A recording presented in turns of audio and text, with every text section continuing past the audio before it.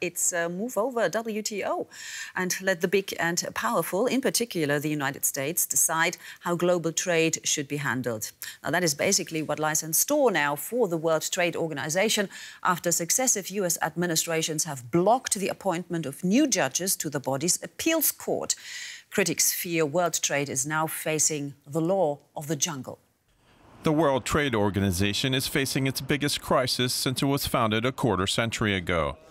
Director General Roberto Azevedo had hoped to resolve the impasse. But instead, the organization can no longer deliver rulings on trade disputes because Washington has blocked the appointment of new judges to its appellate panel. The panel is made up of 7 judges. 4 whose terms have expired have not been replaced because the United States has blocked the naming of their replacements. 2 of the remaining 3 are due to leave on Wednesday. With only 1 member remaining, the court will no longer be able to issue rulings. As a result, there will no longer be an independent body to intervene in trade conflicts. The stronger side will probably prevail. Roberto Azevedo wants to turn the crisis into an opportunity.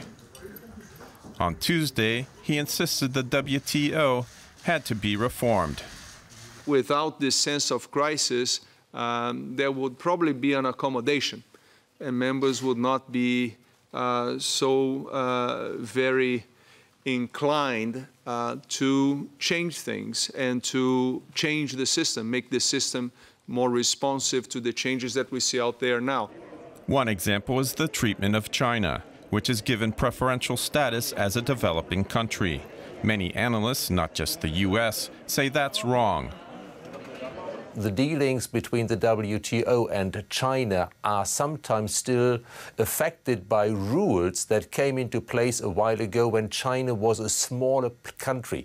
The US basically wants China to play by different rules. Now international trade has to cope with even more uncertainty. Instead of the WTO playing the role of umpire, Washington will be able to get its way. All right, back to Chelsea Delaney at the Frankfurt Stock Exchange. Chelsea, what's a paralyzed WTO appeals court mean for tariffs?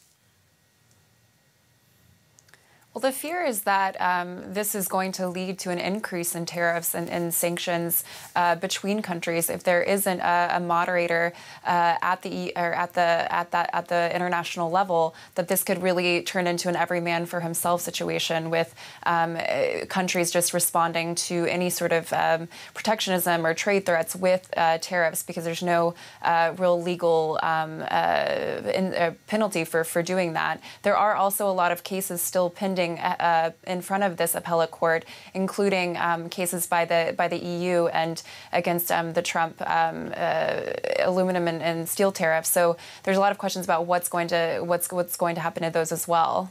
All right, interesting times ahead there for global trade, no doubt. Chelsea Delaney in Frankfurt, thank you so much.